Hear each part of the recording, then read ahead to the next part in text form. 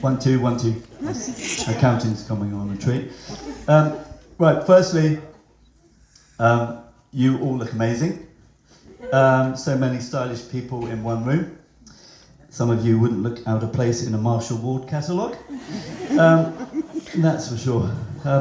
Special mention to the mums, Sarah and Juliet. You look so elegant and you've done Adam and Jess proud. And if I'm honest, us 3 dads don't look too bad either. But today's all about these 2 beautiful people, Jess and Adam. And don't they look amazing together?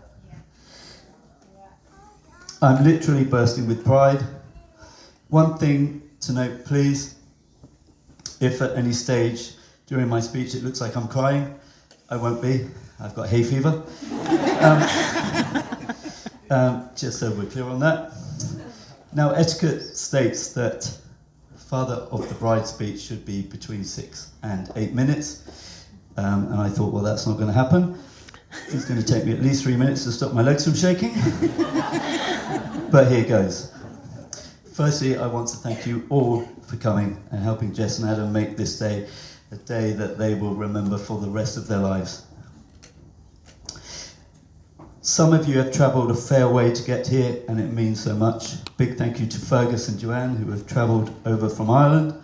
And an even bigger thank you to my dear cousin Tracy and her husband Merv for flying in from Perth, Australia.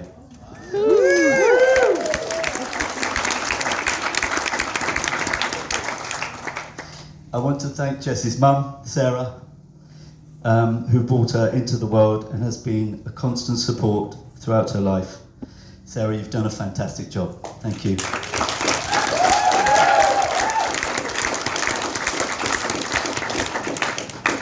And I also want to thank her stepdad, Colin. Thank you for all your love and support throughout the years. I know Jess thinks the world of you, and I'm cool with that.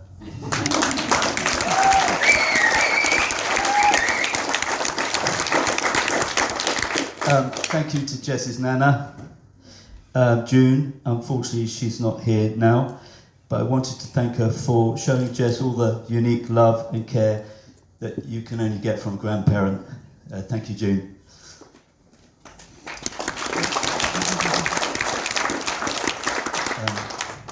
A huge thank you to Adam's family, David, Juliet, Chloe, Tom, and little Sienna. Thank you so much for welcoming our Jess into your lovely family so readily. Thank you.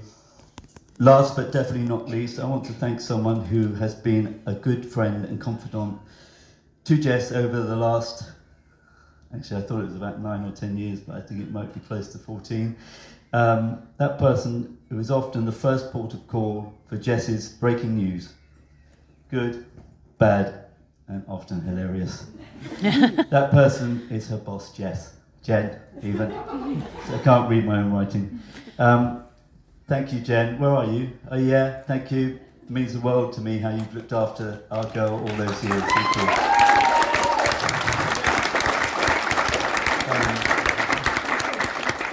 Now for the actual father of the bride speech, or as I like to call it, payback for all these sleepless nights. There were many. Actually, it wasn't that bad. It was 30 years ago, goodness. I'm over it. But during those 2 years, 3 months, and 11 days, this beautiful young woman here just didn't sleep. And then a wise old woman said, why don't you put her mattress next to your bed? And then in the night when she starts to stir, and before her lungs can get to 120 decibels, you can just reach out and soothe her. Sorry, soothe her. Yeah, I made a mistake there. Anyway, this lovely woman, she made Sarah and I realise why sleep deprivation was such an effective form of torture. So we tried it, and my goodness, it worked. We all had a night's sleep. The fact, however, it took a further 2 years to finally evict young Jessica from our room, we tried not to dwell on. Talk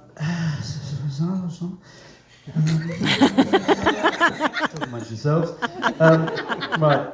Anyone who knows Jess well will know how passionate she is about animals. Don't read it. In fact, any creatures. That passion and fascination started when she was just a toddler.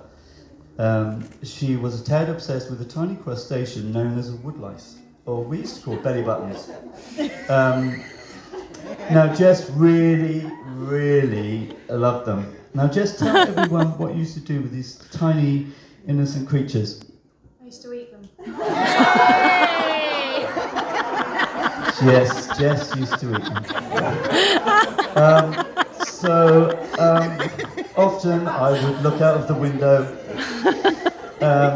and there would be Jess crouched down in a corner, all quiet like. And I just knew that she had managed to corner yet another poor, unsuspecting, defenceless belly button. Yeah. She would hear me approaching and turn round to see me. This tiny crustacean pursed between her lips, legs kicking for all they're worth. Then one swift chomp and it was all over.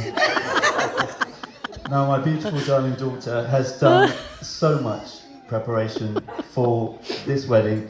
Let's be eternally grateful she has not had a hand in the catering.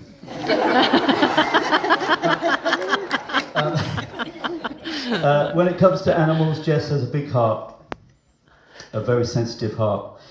She feels things deeply.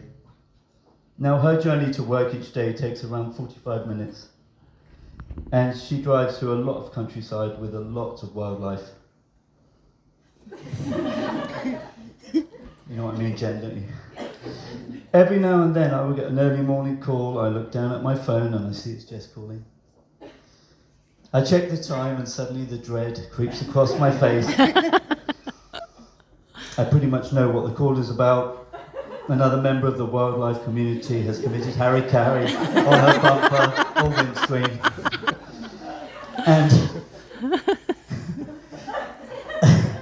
And instantly also I know Jess will be traumatised and probably crying. And I will have to do one of those "it's not your fault" speeches. And sometimes I make things up. I say things like, "I'm sure that little rabbit only had 3 legs to start with." And I'm pretty sure before or after Jess has called me, she's called her mum and relayed the story. And then I know ultimately Jen is going to get it. When Jess finally arrives at work, she probably doesn't ring Adam because I'm pretty sure his response will be, "Can I eat it?"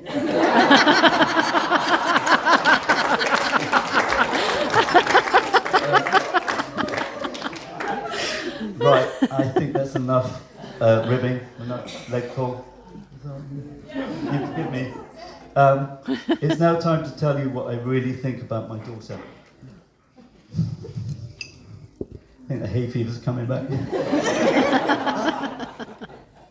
Most importantly, she is as beautiful on the inside as she is externally. She has the kindest of hearts, and she is so very, very funny. I mean, truly, if Bridget Jones really did have a baby, it would be Jess. She is far more capable than she will ever give herself credit for.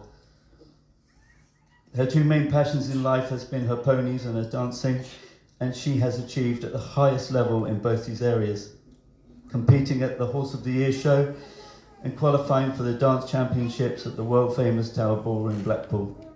I am so proud of those achievements, as I know that Sarah and Colin are also. But more than that, bloody hay fever. But more than that, I'm so incredibly proud of the beautiful woman you have become. And you are beyond doubt the most precious gift I will ever receive. As well as being my amazing daughter, Jess is my best friend and definitely the best travel buddy I could have. We have been to the corners of the globe together and had the most memorable adventures. And no matter where we go, people can't help but fall in love with her. And I'm so happy that one of those people turned out to be you, Adam. For Adam is completely and utterly perfect for her. He's a very, sorry, my writing's terrible. He's a very charismatic young man who has good moral values. He has a real sense of fun, which is crucial in any marriage. He's dynamic, kind, and handsome. He's actually probably a bit too handsome for my liking, but I'm willing to overlook that. I could not be more proud and happy to call him my son. I've never liked the in-law bit. When I see the word law, I think I'm going to be prosecuted if I don't like him. But as it turns out, he's easy to love. Right, it's at this stage of my speech where I'm supposed to give you advice on relationships, and I don't think I'm qualified to do that. That's not meant to be funny, that bit.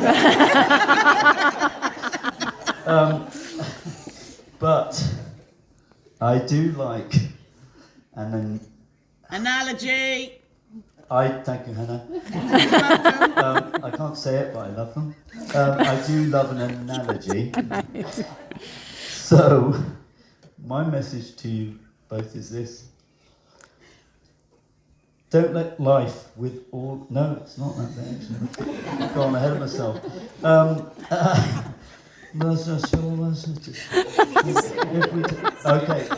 If we were to freeze this moment in time and fast forward 20 years, the love that you feel for each other would be unchanging.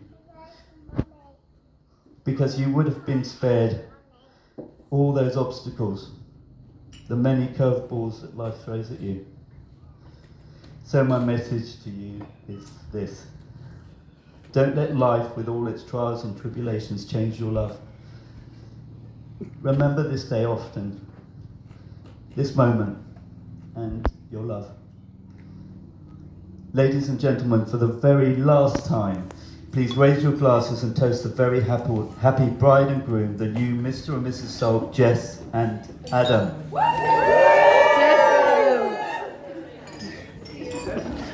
Thank you.